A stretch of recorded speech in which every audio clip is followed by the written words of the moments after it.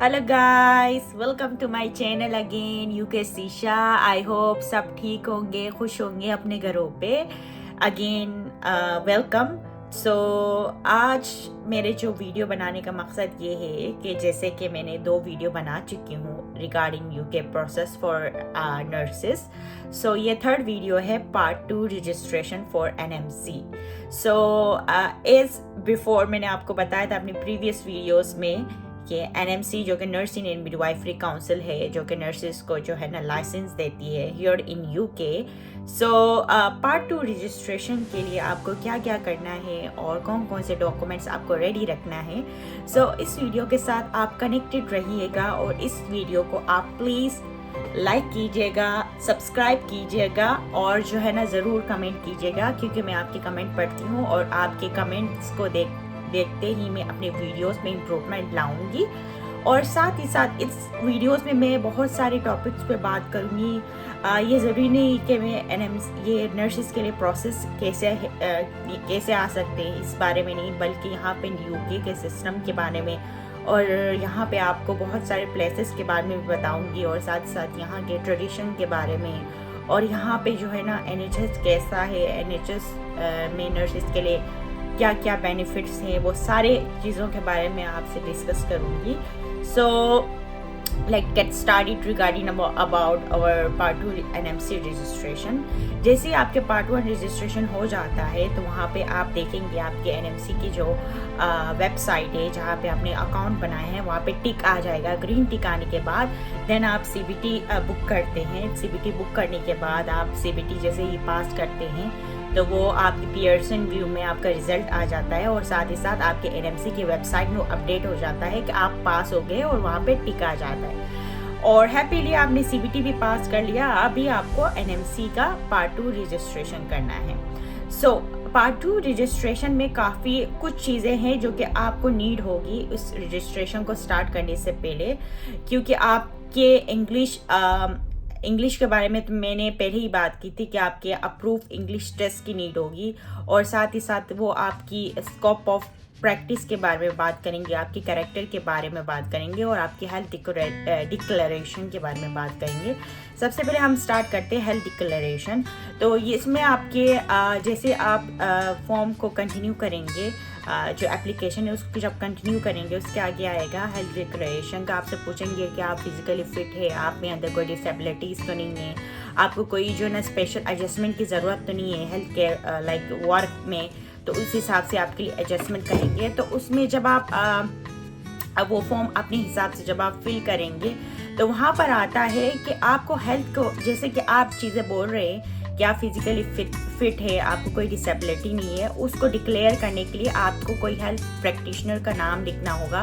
वहाँ पे एक फॉर्म होगा, उसका डिटेल्स डालने होंगे, उनका नाम, उनका ईमेल एड्रेस, उनका फ़ोन नंबर और साथ ही साथ ऑप्शनली अगर आप उनका ईमेल एड्रेस उनका एड्रेस डालते हैं तो बहुत ज़्यादा ज़रूरी है कि आप एक जो भी आप हेल्थ प्रैक्टिशनर को जानते हैं, जैसे कि मैं किसी हेल्थ प्रैक्टिशनर को जानती थी, वो मेरी फ्रेंड थी, तो मैंने उनसे उनका करेक्ट ईमेल एड्रेस लिया और उनका करेक्ट फ़ोन नंबर लिया, क्योंकि एनएमसी जो है ना ईमेल पे, उनके ईमेल पे एक फॉर्म भेजती है जिसमें वो हेल्थ प्रैक्टिशनर को या ये मतलब उस फॉर्म में अंदर डिक्लेयर करना होता है कि या she is physically fit and good to go. So तो ये ज़रूरी है पॉइंट नंबर 1 कि जो आप जिस भी हेल्थ प्रैक्टिशनर का आप नाम या इंफॉर्मेशन डालते हैं उसका करेक्ट आप ईमेल एड्रेस और उनका करेक्ट फ़ोन नंबर डालिएगा। सेकंड, इसके बाद आ जाता है आपके कैरेक्टर के बारे में। कैरेक्टर में ये होता है कि आप गुड कैरेक्टर को हो, आप के रिलेटेड कोई क्रिमिनल चार्जेस तो नहीं है, आपने कोई कन्विक्शन तो नहीं किया है, तो इस बारे में कुछ सवालात आपसे पूछे जाएंगे।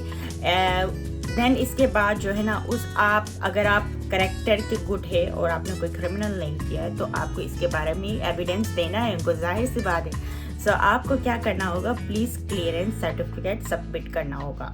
अगर मैं पाकिस्तान की बात करूं तो ये आपका ओवरऑल पाकिस्तान के बारे में, आपको जो है ना police clearance certificates district level का नहीं देना है क्योंकि एक्सेप्ट नहीं करते, मैंने भी ऐसा किया था। तो मैंने डिस्ट्रिक्ट लेवल का सबमिट जब किया था तो उन्होंने एक्सेप्ट नहीं किया था, जिसकी वजह से मेरा प्रोसेस थोड़ा सा डिले हुआ था। तो मैंने जब इनसे बोला था कि आपको किस लेवल का चाहिए, क्या चाहिए, तो उन्होंने कहा कि हमें इस फॉर्मेट में चाहिए। जब मैंने देखा वो था DIG लेवल का। तो आपको क्या करना है, जब आप पुलिस सर्टिफिकेट बनाने जाएंगे किसी भी पुलिस स्टेशन में हो, या अगर आप ऑनलाइन एप्लीकेशन फॉर्म फिल करते हैं पुलिस सर्टिफिकेट के लिए, तो आप ये कोशिश कीजिएगा कि आप DIG लेवल का बनाएं। और वो जो पुलिस सर्टिफिकेट होता है वो 6 मंथ के लिए वैलिड होता है।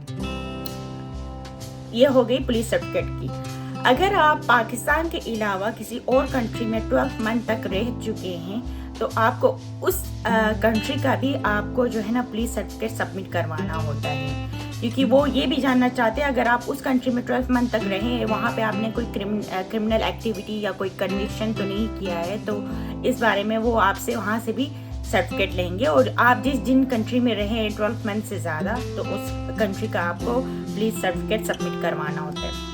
अगर देन आपने पुलिस सर्टिफिकेट सबमिट करवाने के बाद फिर आप जैसे कि आपने हेल्थ डिक्लेरेशन कर लिया, आपने कैरेक्टर के पुलिस क्लियरेंस सर्टिफिकेट सबमिट कर लिया, और साथ ही साथ आपने इंग्लिश टेस्ट के लिए अपना अप्रूव्ड इंग्लिश टेस्ट या IELTS OET सबमिट करने के बाद आपको स्कोप ऑफ प्रैक्टिस बताना होता है। आप किस स्कोप ऑफ प्रैक्टिस में प्रैक्टिस करना चाहते हैं विद इन द UK। आप as a adult nurse practice करना चाहते हैं, as a paediatric nurse practice करना चाहते हैं, या एज अ साइकेट्रिक नर्स, वो आपको डालना होता है। वहाँ पे एम्प्लॉयर के जो है ना एम्प्लॉयर के भी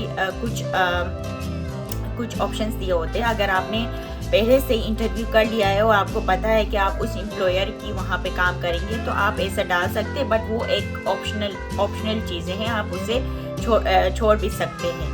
फिर जैसे ही आपने ये स्कोप ऑफ अपनी प्रैक्टिस बता दी, इसके बाद आपकी आ जाए इंडेमिनिटी अरेंजमेंट का मतलब ये होता है कि जब आप UK में प्रैक्टिस करेंगे एज अ नर्स और अनफॉर्चुनेटली आपसे कोई प्रैक्टिस में कोई मिस्टेक हो जाती है या कोई एरर हो जाता है, फॉर एग्जांपल कोई मेडिकेशन एरर हो जाता है जिसमें से पेशेंट का बहुत बड़ा नुकसान हो जाता है, तो उस दौरान उस नुकसान को कवर करने के लिए आपके पास क्या है, आपके पास इंश्योरेंस है, आपके पास एम्प्लॉय कॉन्ट्रैक्ट है जिसमें एम्प्लॉयर ने आपसे एम्प्लॉयर आपका कवर करेगा उस नुकसान को, या फिर आप अभी तक आपने प्रैक्टिस नहीं किया है UK में, तो जाहिर सी बात है अभी आप एप्लीकेशन फिल कर रहे हो तो आपने अभी तक प्रैक्टिस नहीं किया है, तो आप उस ऑप्शन को आप टिक करेंगे। टिक करने के बाद फिर आपका जो है ना पेमेंट का ऑप्शन आएगा। पेमेंट के ऑप्शन में आपको 153 पाउंड्स पे करने हैं इंक्लूडिंग टैक्स, तो आप इंक्लूडिंग टैक्स 153 पाउंड की पेमेंट करेंगे। उससे पहले एक और इम्पोर्टेंट चीज़ बताना चाहती हूँ TB टेस्ट के बारे में।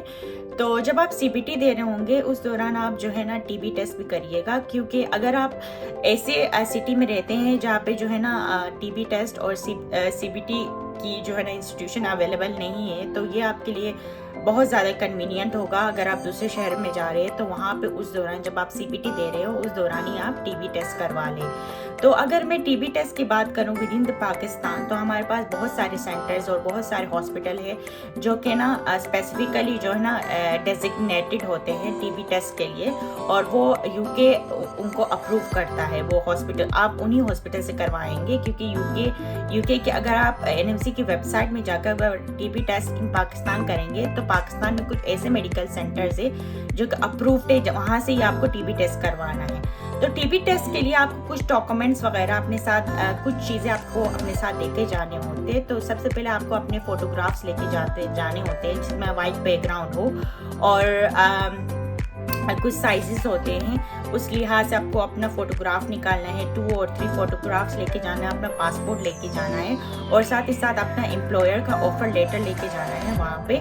जब वहाँ पे जाएंगे आपको जो है ना अगर आप ऑनलाइन पेमेंट करना चाहते हैं तो आप जाके बैंक में जाके डिपॉजिट जमा कर सकते हैं। अगर मैं इस्लामाबाद की बात करूँ, मैंने इस्लामाबाद में अपना TB टेस्ट करवाया था, तो आप वहाँ पे जाके भी पेमेंट कर सकते हैं, कैश पेमेंट वहाँ सेंटर में भी जाके कर सकते हैं। मेडिकल सेंटर में कोई इशू की बात नहीं है। और इसके उसके साथ ही साथ आप बैंक में डिपॉजिट भी कर सकते हैं, वो दोनों एक्सेप्टेबल हैं। टीबी टेस्ट में ये होता है कि आपसे जो है ना आपका चेस्ट एक्सरे किया जाता है, जिसमें देखा जाता है कि आपको टीबी का कोई साइन इन सिम्टम्स तो नहीं है। अगर किसी का टीबी चेस्ट एक्सरे क्लियर नहीं होता है, उस दौरान उसको बोला जाता है कि आप स्प्यूटम का सैंपल दे दो। अगर आपका स्प्यूटम का सैंपल क्लियर आ जाता है तो फिर आपको टीबी का सर्टिफिकेट मिल जाता है। अगर उन लोगों की बात करूं जिनका टीबी का जिनका चेस्ट एक्सरे क्लियर आता है, उनको उसी वक्त ही उसी दिन ही उनको 3-4 घंटे वेट करना होता है, तो वो आपको टीबी जो है ना सर्टिफिकेट दे देते हैं। आप ये याद रखिएगा, जो टीबी के सर्टिफिकेट में आप एम्प्लॉयर का जो एड्रेस लिखवा रहे हो, ऑफर लेटर में आपके साइड पे कॉर्नर पे एम्प्लॉयर का जो है ना एड्रेस होगा वही लिखवाएगा, क्योंकि ये इम्पॉर्टेंट है आपके लिए। क्योंकि जब आप एयरपोर्ट पे दिखाएंगे तो वो आप पता होना चाहिए कि ये आपके एम्प्लॉयर है, और क्योंकि आपके ऑफर लेटर पे भी लिखा हुआ होगा। सो पाकिस्तान की अगर मैं बात करूं, 11 ईयर्स अबव के लिए जो टीबी टेस्ट का जो एक्सपेंस है वो है 15,000। जब मैंने दिया था वो तब था 11,500, नाउ इट्स 15,000। अगर मैं बच्चों की बात करूँ 11 ईयर्स से बिलो, उनके लिए जो है ना ये है 11,000। सो बच्चों का जो है ना ज़्यादातर एक्सरे नहीं होता, उनका एक्सरे नहीं होता। सो ये हो गया टीबी टेस्ट का। तो इसके अलावा अगर आपको मुझसे कोई भी सवालात पूछने हैं यूके के बारे में, या यूके में नर्सिंग क्या है, इस रिलेटेड कुछ भी पूछना हो तो आप मुझसे पूछ सकते हैं, और आप मेरे चैनल को सब्सक्राइब करें और कमेंट करें।